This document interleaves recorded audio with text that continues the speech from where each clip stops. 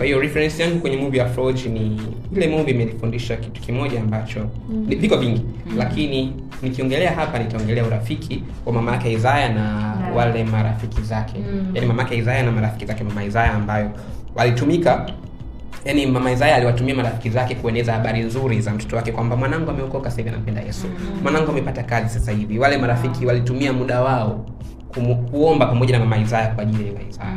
Kwa hiyo you see such kind of friendship ambayo ina exist kwa I think ni watu wachache, lakini ile movie inatufundisha watu wengi, majority, kwamba such kind of friendship inahitajika. Na ule ndio umuhimu wenyewe ambao tunauhitaji kwenye urafiki, kwamba mimi nikiwa na changamoto, nikiwa na jambo zuri, nikikupigia dada G, nikikupigia dada Belinda, haitakuwa changamoto kwako kwamba okay, na Sarita amefanikiwa hapa, kwa nini nisimshukuru Mungu kwa ajili yake? Na Sarita ana changamoto hapa, kwa nini nisimwombee kwa Mungu kwamba hili nalo alivuke? Kwa hiyo I think ile movie imetufundisha vitu vingi, ila one of them ni hiyo friendship.